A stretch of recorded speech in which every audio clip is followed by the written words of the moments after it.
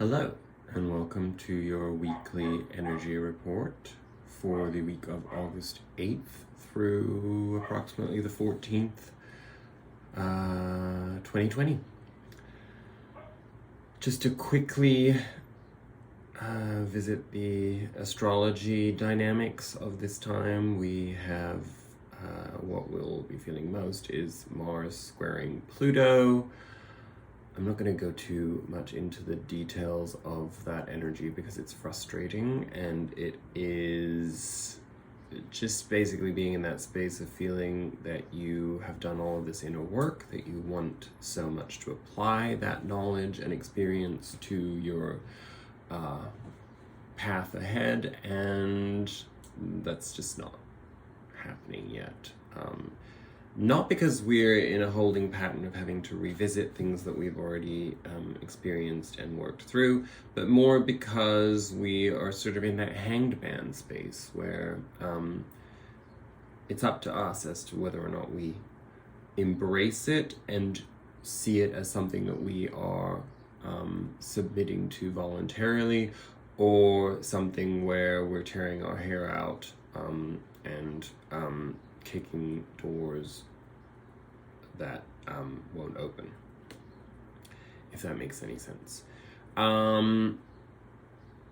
What else do we have? Well, Mercury has moved into Leo after being in Cancer for a while, and that is going to give us a lot of forward moving, externalized self energy. Mercury is, of course, the planet of communication, so Leo gives us much more of a desire to externalize our thought process. Our inner journey becomes an outer journey, so it's a transition to manifestation in many ways, which makes perfect sense based upon the cards that we have. And let me preface that I have pulled 2 cards from our Sacred Destiny oracle deck. I have one Spirit Animal Oracle card, and then I have cards from my new Osho Zen Tarot deck, which I am actually falling in love with because it is much more expansive from a spiritual angle than traditional tarot, and you'll see why. I know Osho is controversial to many, but at the base of all philosophers is their philosophy, and it's important to be able to separate the personal from the knowledge. We are all flawed, and we are all capable of amazing things, and we only get to fulfill those amazing things by having gone through processes that could paint us for posterity and history as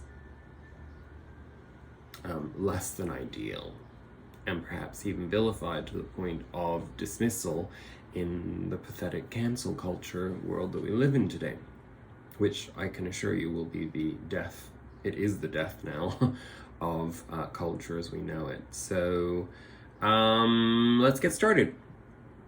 What do we have from our Sacred Destiny Oracle deck? We got 2 cards that came out together. We got Purification, and we got Adventures again. So the Adventures, I believe, are more a clarification of the Purification. So the Purification, I do think we all need to be very focused on eliminating toxins. I've actually felt it this week that my body has started purging. I've been alone in my environment, so I've been much more independent in my choices about how I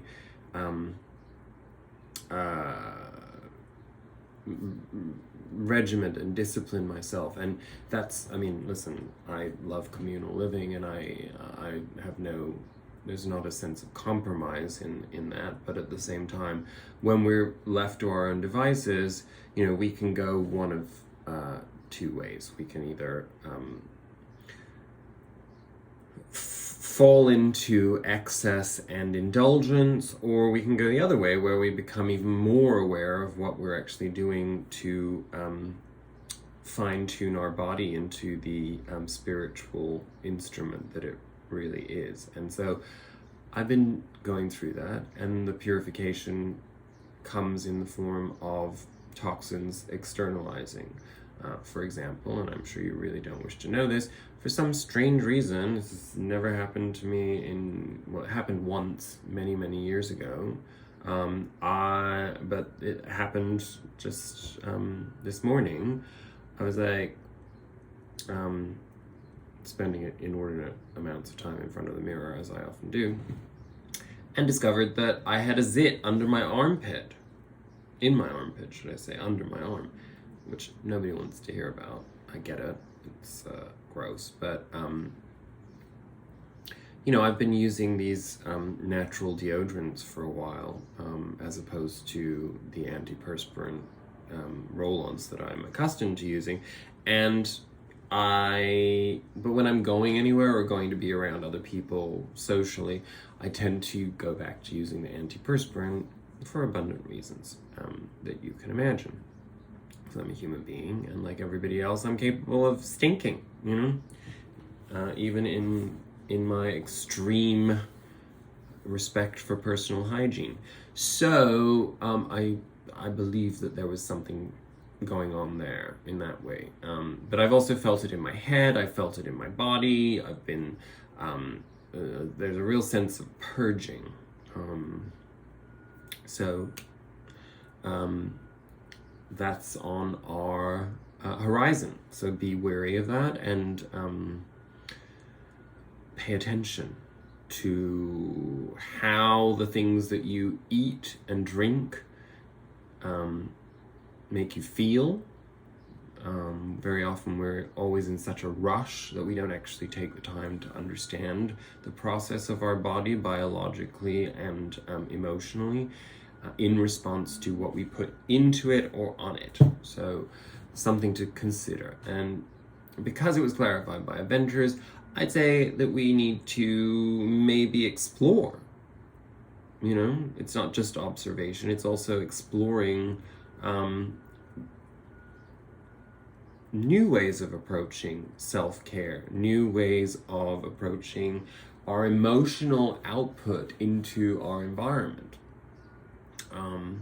Because what we put out comes back to us, right? So when we have a more purified approach to being impeccable with our word and not personalizing other people's dilemmas and structural inequalities,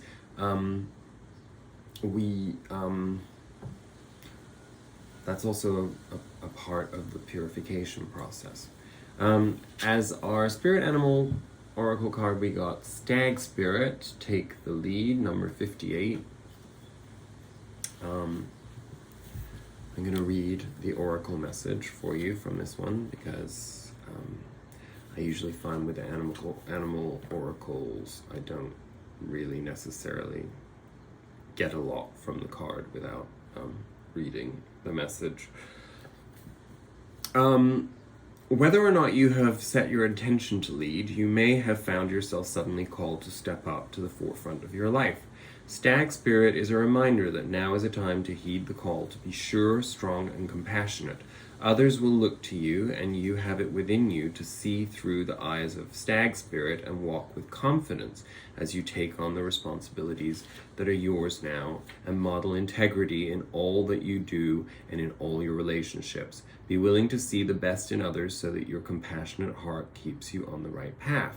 Stag Spirit wants you to know that your responsibilities now are to yourself too, for you are learning and developing new skills. The best in you is coming into view as you step forward with strength, knowing that Spirit supports you as you compassionately take the lead. You are a model for transformation now, sharing your experience, strength, and hope with others, so they may grow and discover their best selves too. What a gift you are. Stay humble and authentic and walk your talk, for this is how a wise leader leads. And I'd say that that's very much in correlation with the purification message, right? So, excellent. Let's move on from that too. Okay, getting into our tarot spread. In our past energies, the evolutionary flow is that we come out of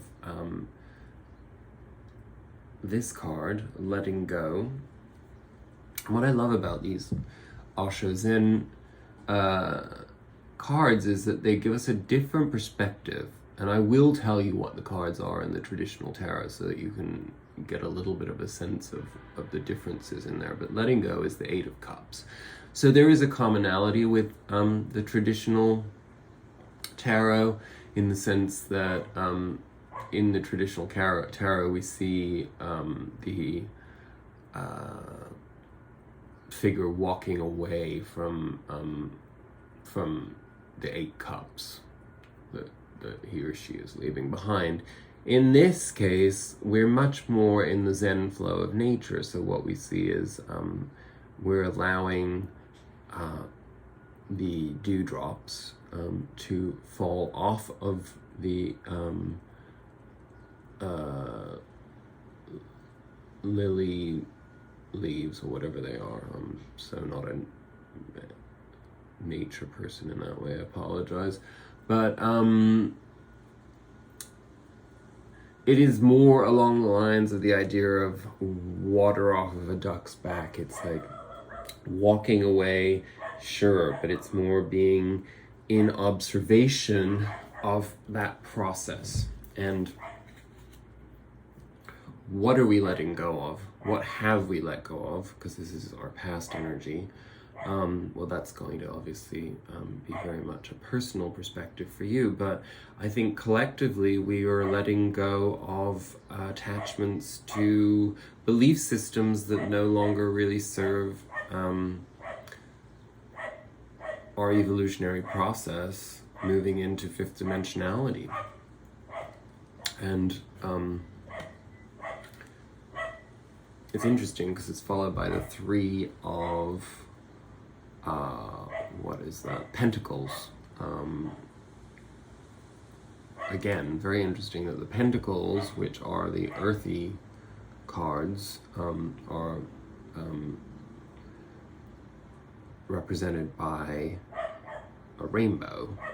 But in this deck, the Three of Cups corresponds to guidance, and that is our higher self. This representation here is the higher self, the angel. That is our higher self. I'm not sure whether you see life that way, but when you delve deeper into spiritual teachings, you realize that your higher self essentially is an angelic being. And intuition is essentially when we are connected to our higher self.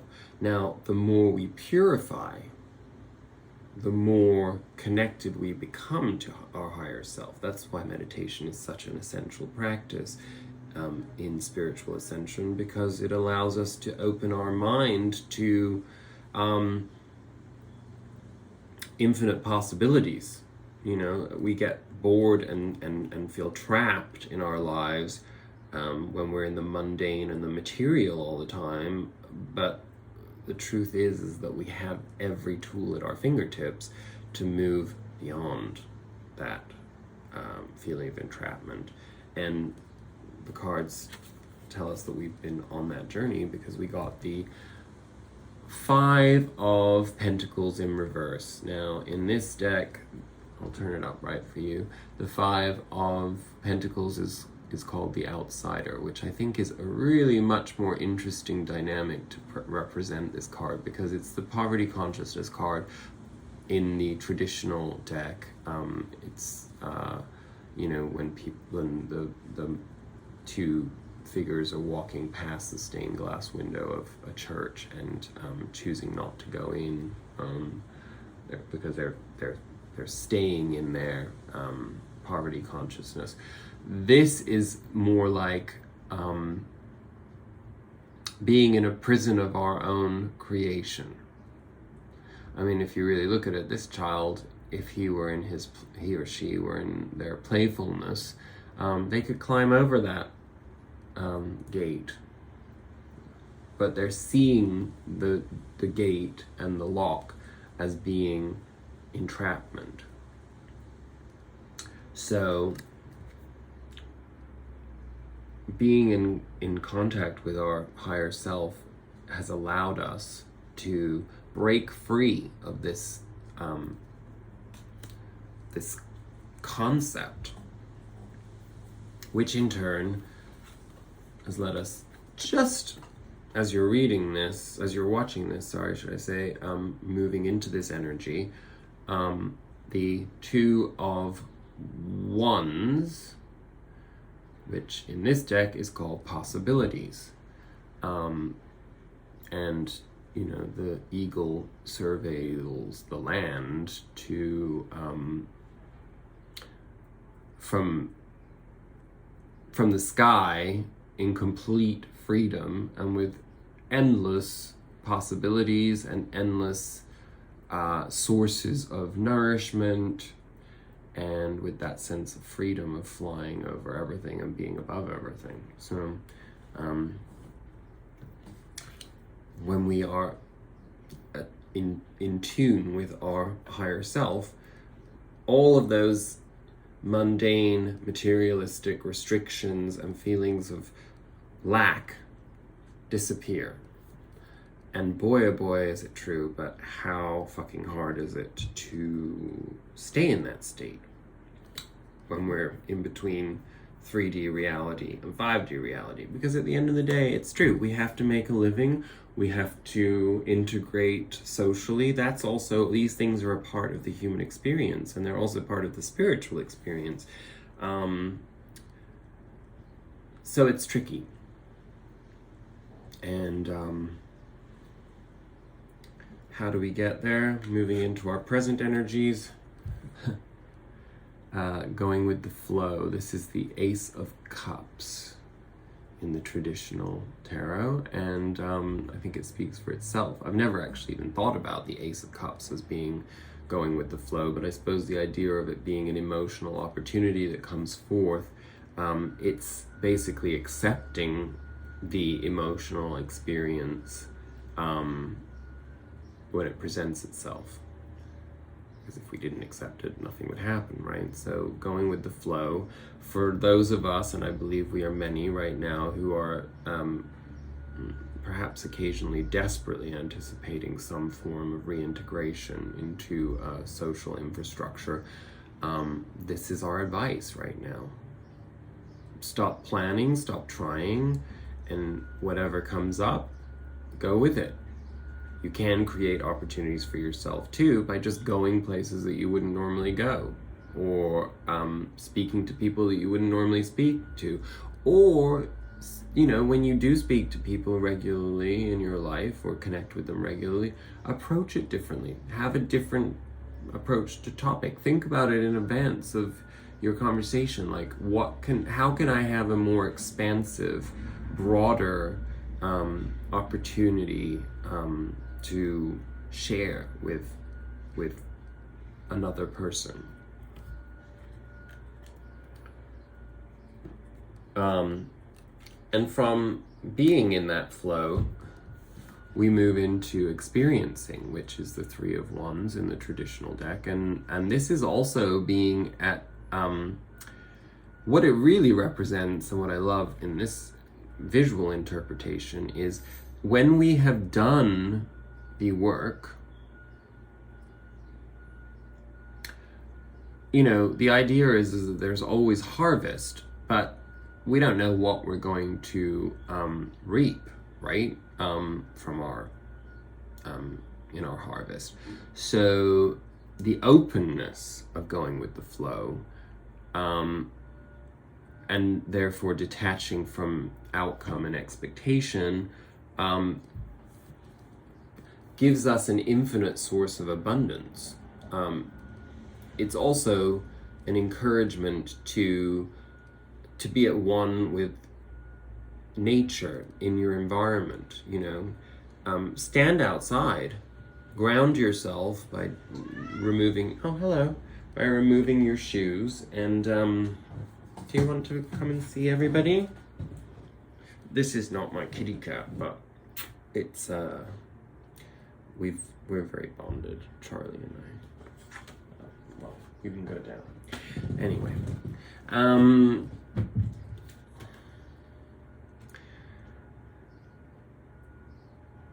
I guess that was a prime example of that.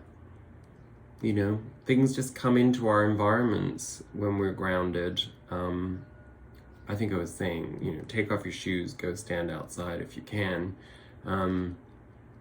you know, and feel at one with your environment, and then observe all of the infinite elements, and be in gratitude for that. And we actually get that depiction immediately following that in our present energy, which is the Eight of Pentacles, which is, again, very interesting. In this deck, it is called Ordinariness, and ordinariness versus it being the workmanship card in the traditional tarot, tells us a story of exactly what I just described. Being at one with nature, being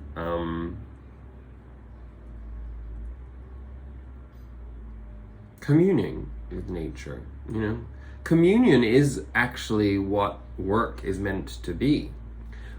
We have perverted that concept because of capitalist agendas for profit, but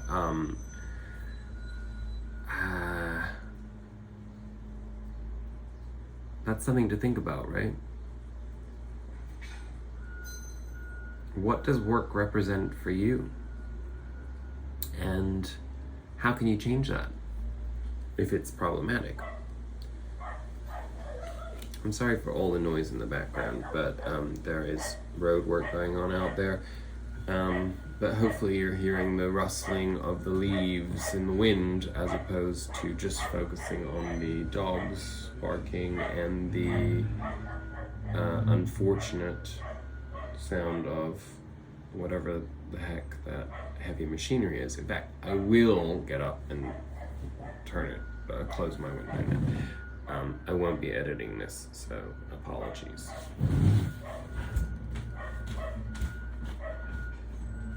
You can actually see that I'm a whole human being. Hello! I have more than just an upper body.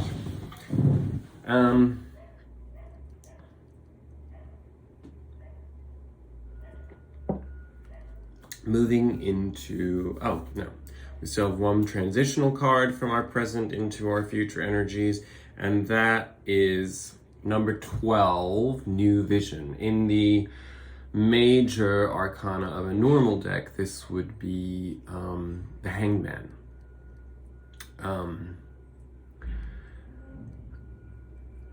But I mean, how much more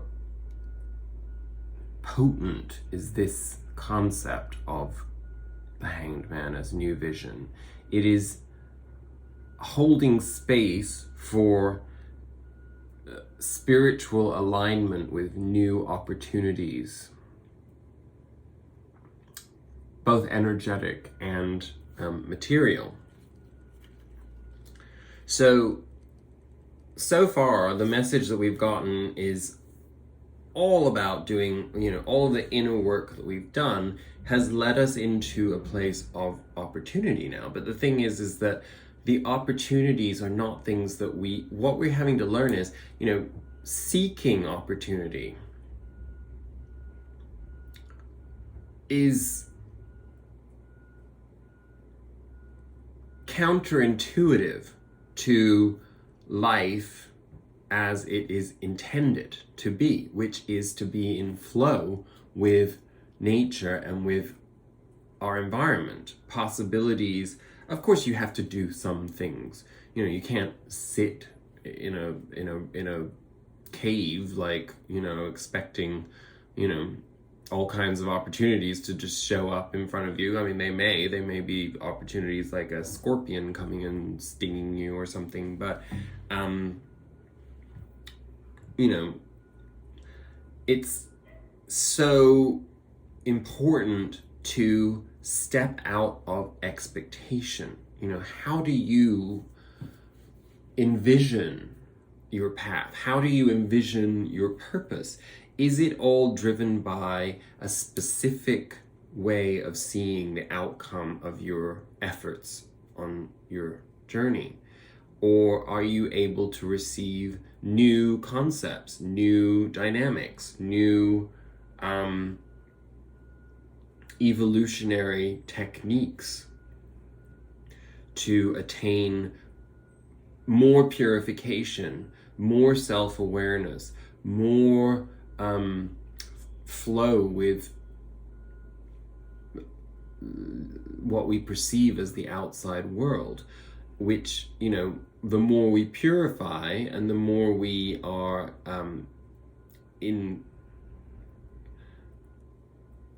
embodying our higher self, the more we realize the oneness, the power of one, you know, that we are all interconnected, that what you do, I experience.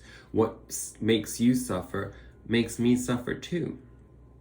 And that goes for joy and for healing and for expansion as well. You know, I mean, we're not here to experience that uniquely from an ego perspective. We're not, that would serve no purpose. And unfortunately, those that live in the lower dimensions and that are attached stubbornly to the idea that their only success is measurable in 3D time and space, you know, they drag us all down into their shithole, right? Well, it's time for that to disappear from your consciousness. If you're on this journey, it may be uncomfortable. It may not seem rational, but that is what the world requires. I mean, you know, humans are a little blip on the radar of the history of Earth. You know, Earth is like billions of years old, and humans haven't been around that long. You know, we've seen dinosaurs, we've seen Lord knows what other beings and civilizations exist on our planet. And there will be others to come. Humanity will eventually disappear and will be replaced by, you know, an even more evolved, potentially, even more evolved life force. But at its core, the life force remains the same.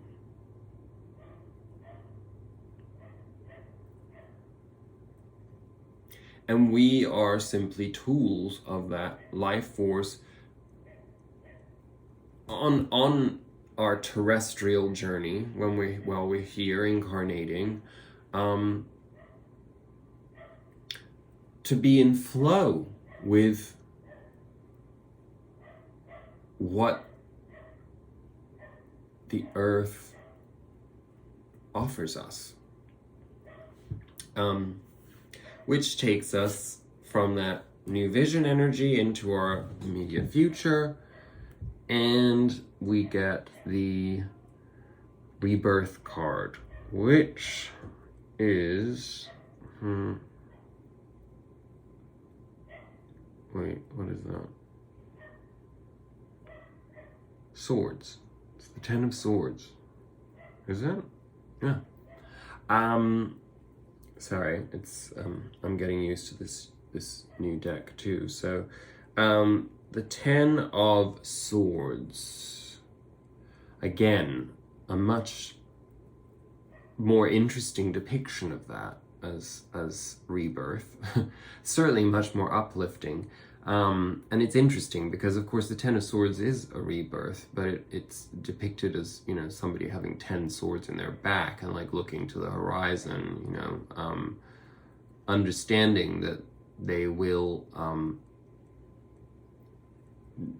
you know, that's the cycle of life. It's the cycle of our energy forces that we live and then we die. We're born and then we die. And, you know, that's as much the small births and deaths of within this lifetime and then the larger cycle outside of that.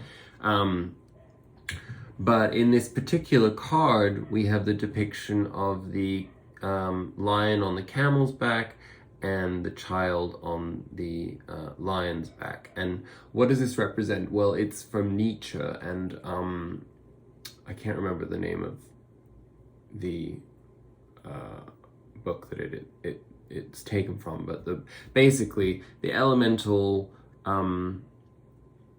depiction is that the camel thinks that he is on top of the mountain and spends his life in perpetual comparison to others and in the egoic struggle to overwhelm others in order to maintain his sense of superiority.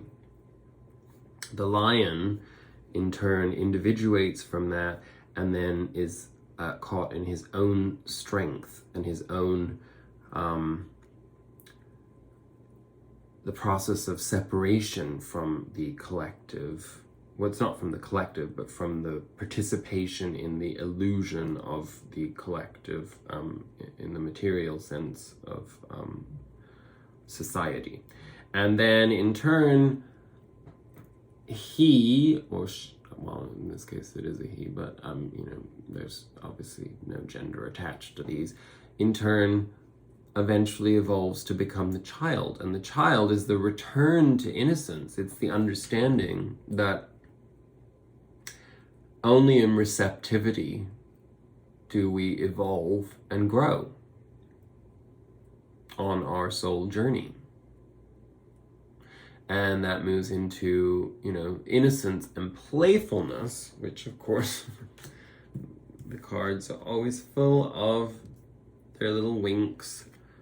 Exactly the card that we got next, which in traditional tarot is the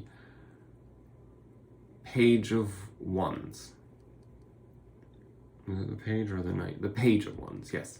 So the Page of Wands is the embodiment of the inner child externalized. So it's exactly what we are becoming. You know, we're basically all of that inner work, you know, I mean, the purification and the inner work, you know, that we've done, like to resolve pain and trauma and all that kind of stuff, it ages us in many ways. You know, it's, you know, we become separate from the essence of our soul, from the fire within, because we become weary, we become we anticipate the worst. You know, we go into fight or flight mode, and the truth of the matter is that is a form of death. Your body might survive another, you know, 20, 40, 70 years, depending on how old you are, but you're dead when you get to that point, because you know what, you've put up so many walls that you know the outcome, that you know, you anticipate that if you do A, it will give you this result. If you do B, it will give you this result. And that stops you from being in flow with life, with the opportunity that you have in being here, in incarnating. And you need to remember that, how extraordinary that is. You know, the chances of your soul, you know, there's a long, long line of souls out there in the universe that want to come and have this experience. You know, especially in this particular time of, you know, it's another group collective effort to elevate humanity to 5D. And you've incarnated now. So it's your moral duty, really, your spiritual duty to be a part of that. So you can choose to like just be dead in your body for the next like whatever amount of time you want to be here for, your body will allow you to be here for, but that's really not fulfilling your purpose. That's why personally I don't care if I don't think I will die today or tomorrow, because the fact of the matter is that I feel like I have way more to accomplish on that level. You know, I certainly wasted plenty of years in my life being on the egoic pursuit of status and power. You know, it never worked out for me. I always came, tumbling down from my illusion of the top of a mountain. And I spent the last few years as the lion. And I'm ready to be this again. I have no idea how to do it. And I'm not sharing that with you to give you insight into my personal life. I'm doing it because I am a reflection of you. So we all have to band together collectively in our minds to figure out in our meditations, you know, how do we get into this space, this playfulness? How do we discard all of those preconceived responses to things that still originate from trauma, even though we've worked through them and we let it go? We haven't had the, you know, until you have the experience again of going out there and having a healthier experience of sex, of love, of friendship, of work, you know, whatever it is, you know, and you're not going to evolve or, you know, graduate into a new cycle of life and new opportunities unless you park that shit and say, you know, that was my reality and I'm really grateful for it, but at the same time I'm not going to have that experience again, and this is how I fucking need to work in order to not have that again. You know, this is how I'm not going to be dragged down into that 3D crap again. I'm aspiring to a 5D experience. So what do I need to change in order to have that? And it's as a result of embodying this energy that the change comes. This is the Wheel of Fortune in the traditional tarot. Again, a much more spiritual depiction of the flow of, you know, this, we have the zodiac around the edge, we have the yin yang, you know, at the center, and these seasonal shifts. You know, it's like the wheel of time as we perceive it. You know, it's an illusion, as you know, but the way that it works, it's like, you know, the message of change in the Osho deck, from my understanding, is to remind us that everything is constantly changing. We are literally, you know, I mean, aside from the cliche that, you know, the only guarantee in life is change, you know,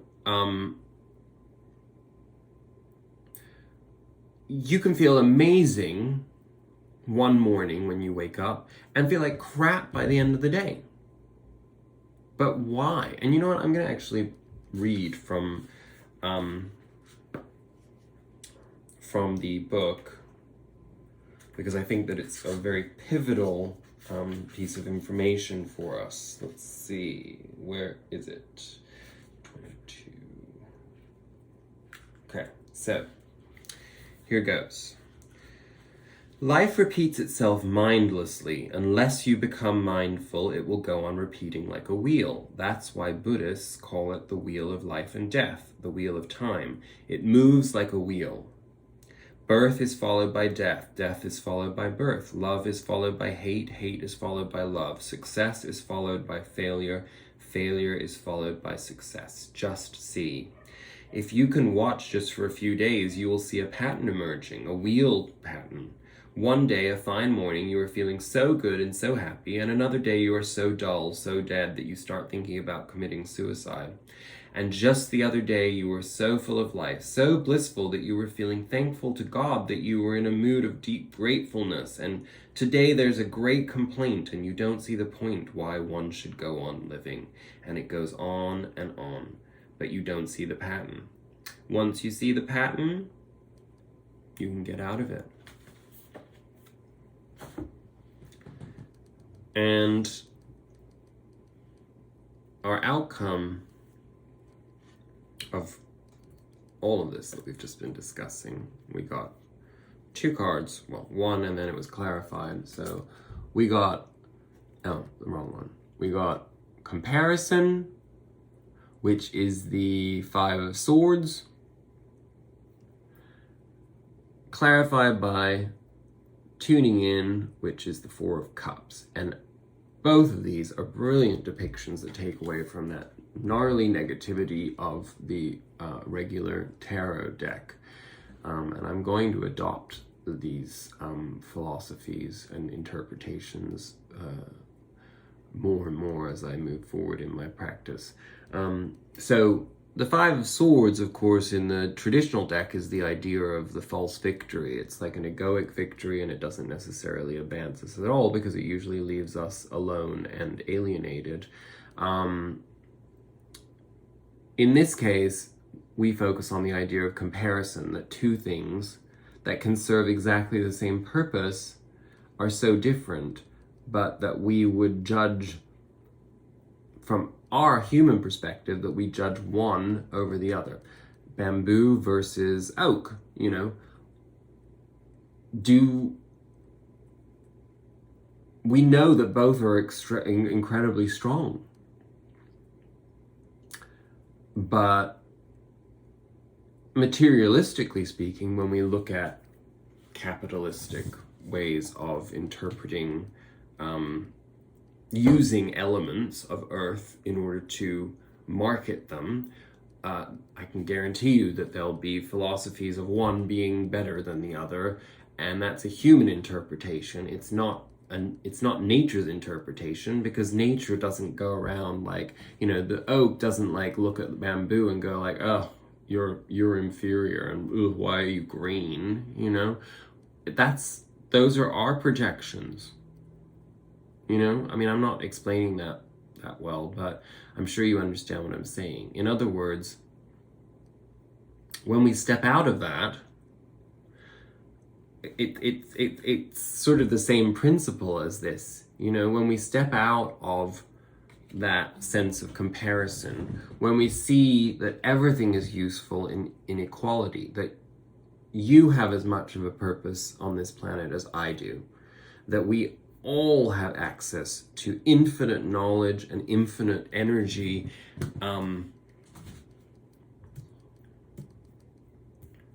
we win at the game of life, at this cycle.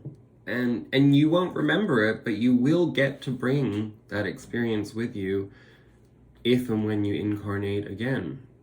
And when I say if, it's based on your own choosing. You might not want to. This might be it for you, this life, you know? And then you move on to whatever else is out there in the universe, you know? I mean, imagine the infinite possibilities. So step outside of fear and move into this energy. You know, in the traditional tarot, the 4 of Cups is like really good negative card. It's like, I don't like it. But this is beautiful, because turning in, again, from a Zen perspective, it you know, there is no existence of turning in, but we can at the same time, you know, this person, you know, see all these spirits and voices and entities and, you know, all around, like, you know, it's kind of like the Peanuts characters, like that kind of thing, you know, tuning that out by turning in.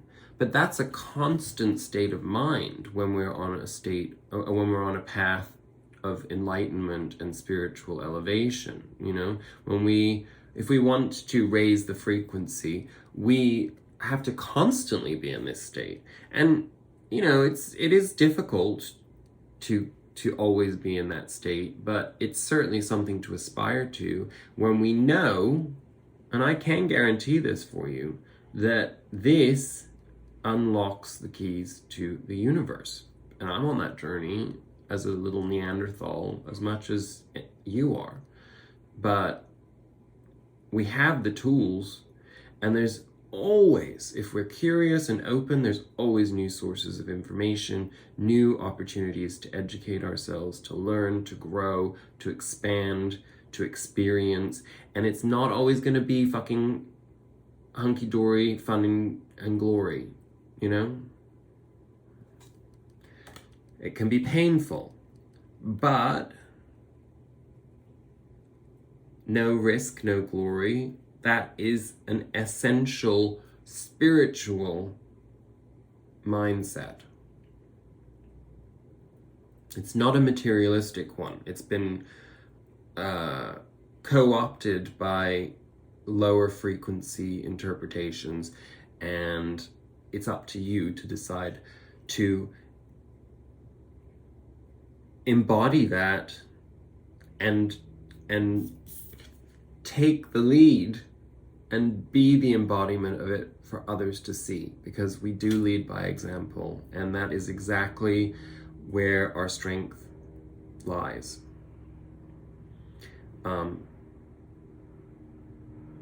It means that for some of us, we have to go on a journey where we have lots of information and lots of exciting dynamism to share, and that maybe there's only 12 people that can be bothered to pay attention to it, as was the case with my reading from last week.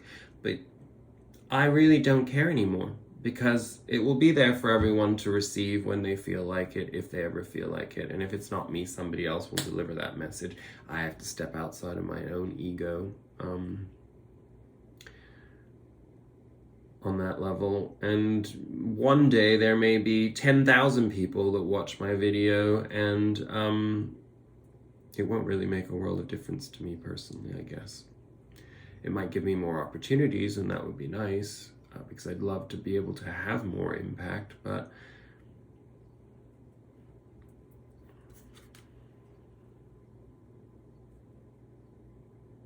that's where the truth is. I wish you an amazing, adventurous, and purified week. Namaste.